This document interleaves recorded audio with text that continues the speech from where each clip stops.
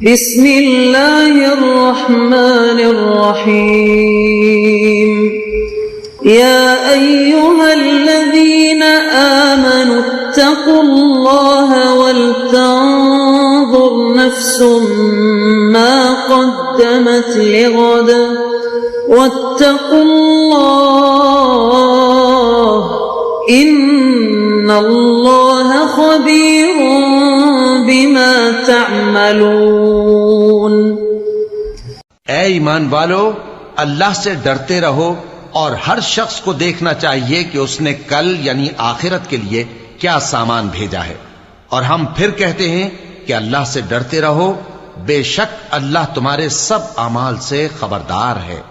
بسم اللہ الرحمن الرحیم، الحمد للہ رب العالمین، والصلاة والسلام على اشرف الانبیاء والمرسلین وعلى آلہ واصحابہ اجمعین ومن تبعہم بإحسان الى یوم الدین۔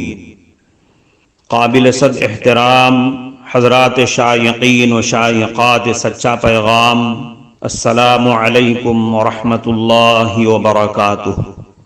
آج کی محفل میراث النبی کے نورانی پروگرام میں آپ کا استقبال ہے۔ اہلا و سہلا مرحبا۔ ہم آپ تمام حضرات و مستورات کا خیر مقدم کرتے ہیں۔ محترم حضرات و خواتین، تعلیم کا آغاز ہو رہا ہے۔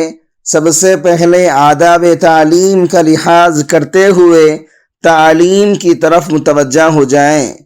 پورے دھیان سے سننا، عمل کی نیت سے سننا اور تبلیغ کی نیت سے سننا، یعنی سنی ہوئی باتیں دوسروں تک پہنچانے کے جذبے سے سننا۔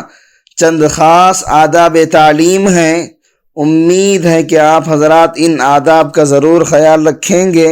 جزاکم اللہ۔ بسم اللہ الرحمن الرحیم۔ شب قدر کی تعین کیوں اٹھا لی گئی؟ اللہ تعالیٰ نے شب قدر کی تعین کا علم حضور صلی اللہ علیہ وسلم کو بذریعہ وحی مطلع فرما دیا تھا، اور آپ صلی اللہ علیہ وسلم صحابہ کرام رضی اللہ عنہم کو بتانے کے لیے اپنے گھر سے باہر تشریف لا چکے تھے، مگر اس وقت دو مسلمان آپس میں جھگڑ پڑے اور ان کے جھگڑنے نے سارا کام بگاڑ دیا، یعنی شب قدر ہمیشہ کے لیے گمنام ہو گئی۔ حضرت عبادہ ابن صامت رضی اللہ عنہ سے مروی ہے کہ حضور اکرم صلی اللہ علیہ وسلم گھر سے تشریف لائے تاکہ ہمیں شب قدر کی اطلاع دیں، مگر دو مسلمانوں میں جھگڑا ہو رہا تھا۔ آپ صلی اللہ علیہ وسلم نے ارشاد فرمایا، میں اس لیے آیا تھا کہ تمہیں شب قدر کی اطلاع دوں، مگر فلاں آدمیوں میں جھگڑا ہو رہا تھا، اس لیے اس کی تعین اٹھا لی گئی۔ کیا بعید ہے کہ اس کا تعین اٹھا لینا اللہ کے علم میں بہتر ہو، اس لیے اب اس رات کو 9ویں، 7ویں اور 5ویں رات میں تلاش کرو۔ علامہ ابن حجر عسقلانی رحمۃ اللہ علیہ نے لکھا ہے کہ وہ دو اشخاص جو اس موقع پر جھگڑ پڑے تھے، ان میں سے ایک کا نام عبداللہ ابن حدرد اور دوسرے کا نام کعب ابن مالک تھا۔ اس حدیث کو غور سے سنیں اور ہم سب اپنا محاسبہ کریں کہ جب حضور صلی اللہ علیہ وسلم کی ذات بابرکت کی موجودگی میں دو مسلمانوں کا جھگڑنا شب قدر اور اس کی برکات سے محرومی کا سبب بن سکتا ہے، تو پھر آج تو ہماری صبح کی ابتدائی لڑائی اور جھگڑے سے ہوتی ہے اور شام بھی جھگڑے پر ختم ہوتی ہے۔ پھر ایسے حالات میں کیا ہم اللہ کی رحمت اور برکت کے مستحق ہو سکتے ہیں؟ بھلا وہ کون سا دن ہے جس میں ہم آپس میں نہیں لڑتے؟ ہمارا حال تو یہ ہو گیا ہے کہ جب تک ہم کسی سے لڑائی نہ کر لیں اور ایک دوسرے کو سب و شتم نہ کر لیں، گالی گلوچ نہ دے لیں، ہمیں چین نہیں آتا۔ کبھی ماں باپ سے لڑتے ہیں تو کبھی بہن بھائیوں سے لڑتے ہیں، کبھی پڑوس سے لڑتے ہیں تو کبھی رشتہ داروں سے لڑتے ہیں۔ جب ہماری صبح اور شام لڑائی اور جھگڑے سے شروع اور ختم ہوتی ہو تو پھر ہمارے گھروں میں، کمائی میں، عمر میں، رزق میں برکت کہاں سے آئے گی؟ ہمارے بہت سے مسلمان بھائی پچھلے سال شب قدر میں ہمارے ساتھ تھے، مگر وہ آج نہیں ہیں، وہ اس دنیا سے جا چکے ہیں، اور یہ بھی پتہ نہیں ہے کہ ہم میں کون ایسے ہیں جن کو آئندہ سال شب قدر نصیب نہیں ہوگی۔ اور یہ بات کہ شب قدر مقدر سے ملتی ہے، اس کی وجہ یہ ہے کہ شب قدر کی تعیین میں بڑا اختلاف اور مختلف اقوال ہیں۔ چنانچہ شب قدر کب آتی ہے اس کے بارے میں علامہ ابن حجر عسقلانی رحمۃ اللہ علیہ نے فتح الباری میں 26 اقوال اور ان کے دلائل کا بھی بڑی تفصیل کے ساتھ ذکر کر دیا ہے، جن میں سے چند اقوال ائمہ پر نظر ڈالیں۔ حضرت ابو ذر رضی اللہ عنہ سے مروی ہے کہ میں نے حضور صلی اللہ علیہ وسلم سے دریافت کیا، اے اللہ کے رسول، شب قدر نبی کے زمانے کے ساتھ خاص رہتی ہے یا بعد میں بھی ہوتی ہے؟ حضور صلی اللہ علیہ وسلم نے فرمایا، قیامت تک رہے گی۔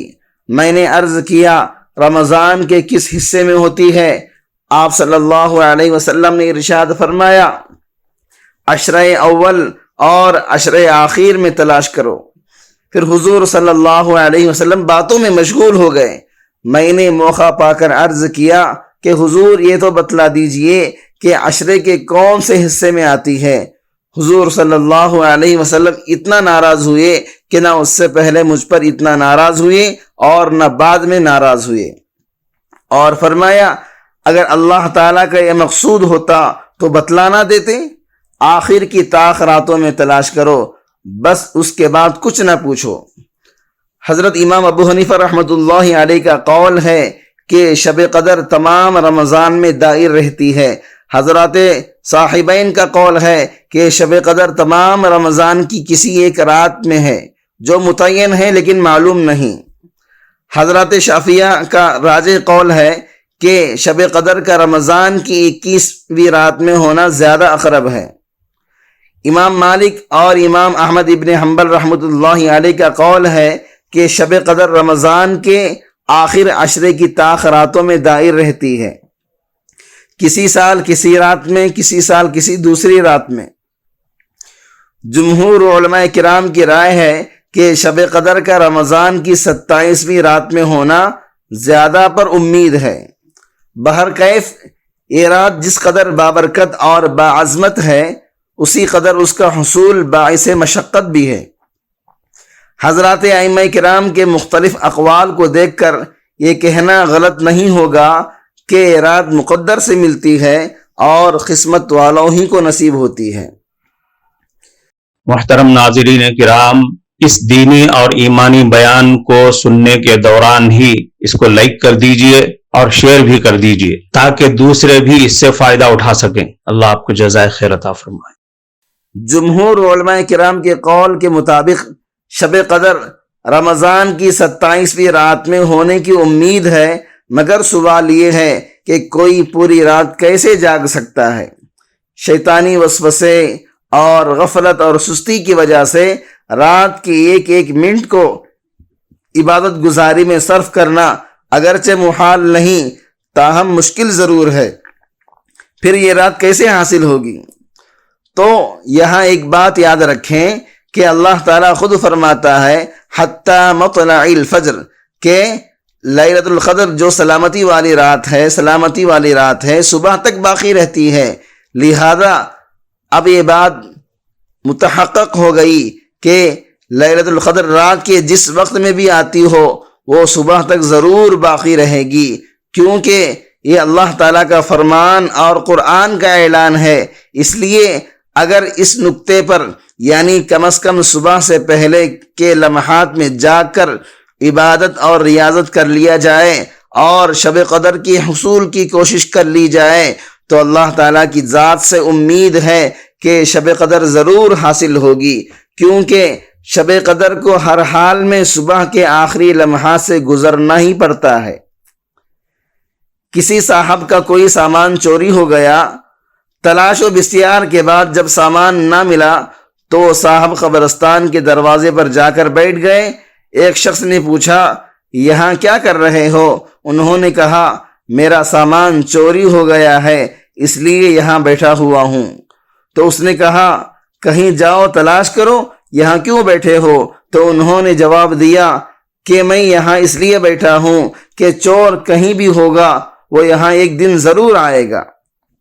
تو بھائیو، اگر کوئی آدمی پوری رات جاگ نہ سکے تو اسے چاہیے کہ کم از کم رات کے آخری حصے میں یعنی صبح صادق سے پہلے جاگ کر تھوڑی دیر ذکر خداوندی اور کچھ عبادت الہی کر لے، کیونکہ جب شب قدر فجر سے پہلے والے لمحات سے گزرے گی تو انشاءاللہ شب قدر ضرور حاصل ہو جائے گی۔ اللہ تعالی ہم سب کو شب قدر کی دولت سے سرفراز فرمائے، آمین۔ کفارہ مجلس کی دعا پڑھ لیجئے۔ سبحانک اللہم و بحمدک، اشہد ان لا الہ الا انت، استغفرک و اتوب الیک۔